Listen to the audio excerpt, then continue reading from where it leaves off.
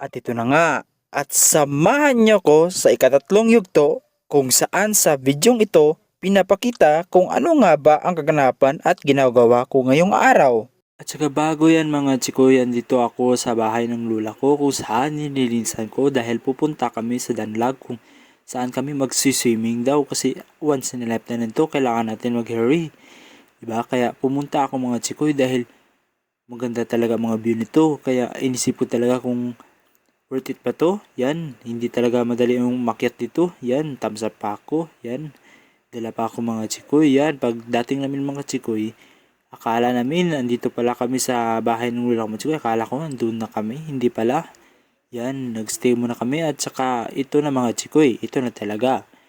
Bago yan mga chikoy, siyempre madali na kami dito. Pupunta na naman kami doon, kakain ng papayas, tambay naman, at saka gagawin ko anong gagawin namin. Pagdating namin dito mga chikoy, siyempre magdadali kami sa swimming pool kasi sobrang init talaga, no?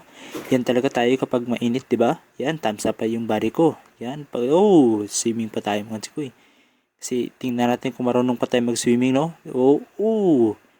Kaya nga, ito na nga.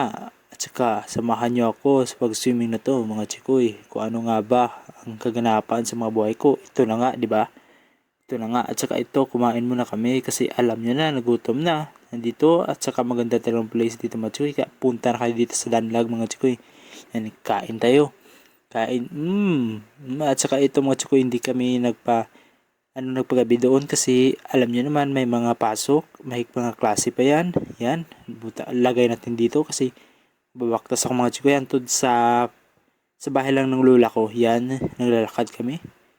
Yan, at saka mga ito mga chikoy, no, ganda talaga ng view. Wow, ganda lang talaga ng mga view nito mga chikoy, kaya punta na ka dito sa Nilandag. At saka mga chikoy, bago kami umalis, nakakala na namin na hindi pala masaya ang lula namin pag alis namin. Kaya sobrang saya-saya niya na nakarating kami dito sa Danlag. Kaya sobrang lungkot niya naman ang pag-alis namin. Yan. Sobrang lungkot niya mga chikoy. Kaya babalik kami dito sa sunod and see you. At saka pagbiyahe pa lang namin mga chikoy. Sobrang hangin. Yan. Dami namin dito mga chikoy. Sobrang mga 25 kami dito. Yan. At saka ito ganito na mga chikoy. Salamat pa nanood.